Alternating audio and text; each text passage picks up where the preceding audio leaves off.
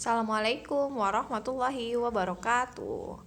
Anak-anakku, alhamdulillah ini sudah pasca PTS. PTS sudah selesai dan kita melanjutkan untuk pembahasan di semester 2 ini, yaitu kita masuk di tema 8 ya, Nak. Judulnya Tempat Tinggalku. Silakan dibuka buku bahasa Indonesianya halaman 111. Sebelum lebih jauh membahas tentang topik yang akan didiskusikan hari ini, sekarang Ustazah Putri ingin kalian untuk melihat judul-judul cerita di bawah ini. Teluk Kiluan, asal-usul nama Lombok. Kemudian pemandangan indah di Goa Gong, asal mula Pulau Kembang. Satu lagi, Taman Laut Bunaken dan burung gagak dan kendi air.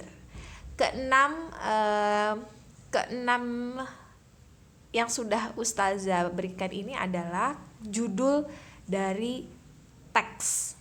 Jadi Teluk Kiluan, asal usul nama Lombok, pemandangan indah di Goa Gong, asal mula Pulau Kembang, Taman Laut Bunaken, burung gagak dan kendi air, itu semua adalah judul-judul teks. Sekarang Ustazah Putri ingin kalian untuk melihat teks yang sebelah kiri.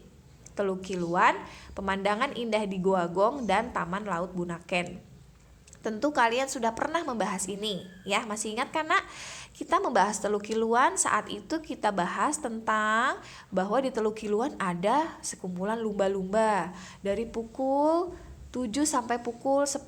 Kemudian pemandangan indah di Goa Gong, kita bisa melihat batu-batuan dan apabila dipukul bunyinya seperti gong.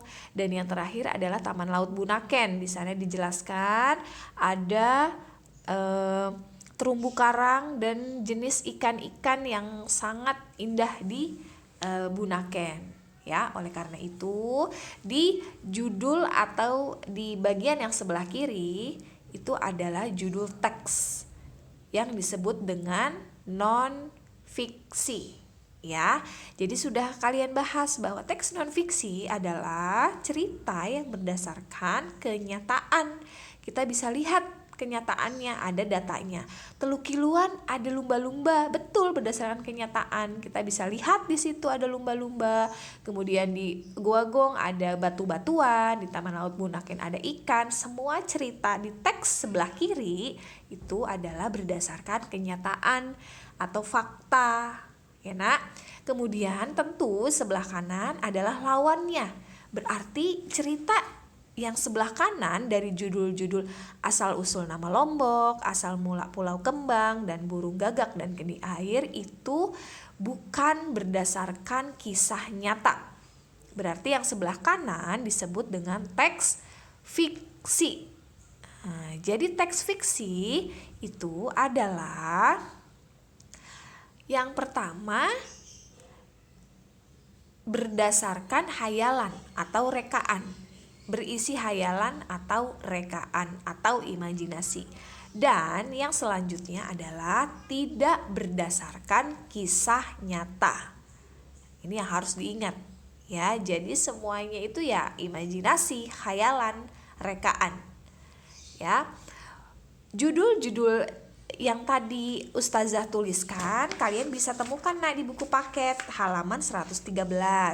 Di situ ada asal usul nama Lombok. Kemudian di halaman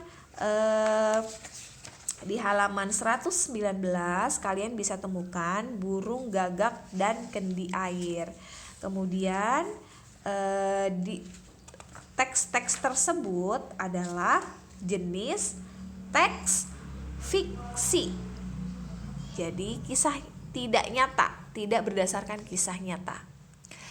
Contoh-contoh dari teks fiksi atau teks-teks yang berisi hayalan atau imajinasi, contohnya adalah dongeng. Dongeng itu juga cerita tidak nyata kan, jadi disebut dengan fiksi.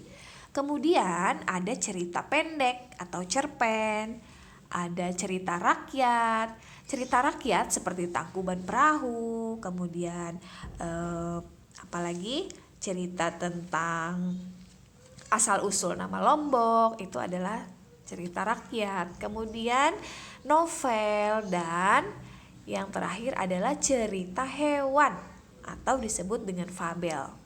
Berikut adalah contoh-contoh teks yang tidak berdasarkan kenyataan atau hayalan atau imajinasi atau rekaan.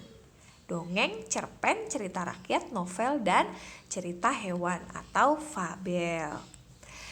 Di dalam buku kalian, kita buka lagi ya nak, halaman 113, kita akan bahas tentang asal usul nama Lombok. Oke, ini adalah kisah tidak nyata, cerita fiksi. Kita lihat, ini bercerita tentang pada zaman dahulu. Nah, ini kan cerita yang tidak nyata, ya, tidak bisa kita lihat, tidak ada datanya. Oke, kita simak di sini ceritanya. Pada zaman dahulu ada kerajaan yang dipimpin oleh Ratu Pramodawardhani. Kerajaan itu bernama Kerajaan Mataram Lama di Jawa Tengah. Ratu ini memiliki suami bernama Rakai Pikatan. Ratu Pramodawardhani adalah seorang ahli pemerintahan, sedangkan suaminya adalah seorang ahli peperangan. Daerah kekuasaan Kerajaan Mataram Lama mulai dari Pulau Sumatera sampai Pulau Flores. Pada masa itu, banyak rakyat Mataram pergi berlayar ke arah timur melalui Laut Jawa menggunakan perahu bercadik. Jalur pelayaran tersebut lurus ke timur hingga akhirnya berhenti di sebuah pelabuhan. Pelabuhan itu diberi nama Lombok, yang berarti lurus, untuk mengenang pelayaran panjang menuju ke timur. Nama pelabuhan Lombok akhirnya dikenal menjadi Pulau Lombok. Lombok adalah nama sebuah pulau yang kini menjadi salah satu bagian Provinsi Nusa Tenggara Barat. Jadi Lombok ini asal usul namanya itu sebuah pelabuhan, tapi pakainya Q ya. Ki. Nah, sekarang dikenal dengan Lombok pakainya K. Pelabuhan Lombok. Jika kalian ingin tahu, jadi ini cerita di masa lalu ya nak. Ini adalah tidak berdasarkan kisah nyata. Ada Ratu Pramodawardhani yang memerintah kerajaan yang bernama Mataram Lama, kemudian suaminya bernama Rakai Pikatan dan sebagainya. Nah, mungkin kalian bisa lihat di sini ya. Ini adalah Pulau Lombok nih yang sekarang bisa terlihat sangat indah ya, Masya Allah. Nah, tokoh pada teks asal-usul nama Lombok kita akan coba untuk mengidentifikasi. Ada berapa tadi tokohnya yang ada di Pulau Lombok? Pertama ada siapa? Ratu Pramodawardhani yang merupakan Ratu Kerajaan Mataram. Yang kedua, tokohnya bernama Rakai Pikatan, adalah suami dari Ratu Pramodawardhani. Begitu ya nak? Jadi tokoh ini adalah ya pelaku atau orang, atau bisa juga hewan. Karena tadi sudah Ustazah sebutkan sebelumnya bahwa cerita hewan itu disebut dengan fabel. Nah, kalau misalkan ada cerita hewan yang judulnya misalnya tadi ya, sebagai contoh adalah burung gagak dan kendi air. Nah, berarti nanti tokohnya adalah hewan. Karena cerita hewan ya, jadi tokoh bisa berupa orang atau hewan. Gitu ya nak. Alhamdulillah, pembahasan kita untuk mengidentifikasi tokoh dari teks fiksi sudah kita lakukan. Contohnya tadi adalah cerita asal usul nama Lombok. Di situ ceritanya ada dua tokoh, Ratu Pramodawardhani dan suaminya Rakai Pikatan. Mari kita coba untuk latihan lagi mencari tokoh dari cerita-cerita fiksi yang lain yang ada di bukunya ya. Kita sama-sama. Baik, syukron ya nak, kita akhiri dengan doa kafaratul majelis. Subhanakallahumma wa bihamdika asyhadu alla ilaha illa anta astaghfiruka wa atubu ilaik. Wassalamualaikum warahmatullahi wabarakatuh.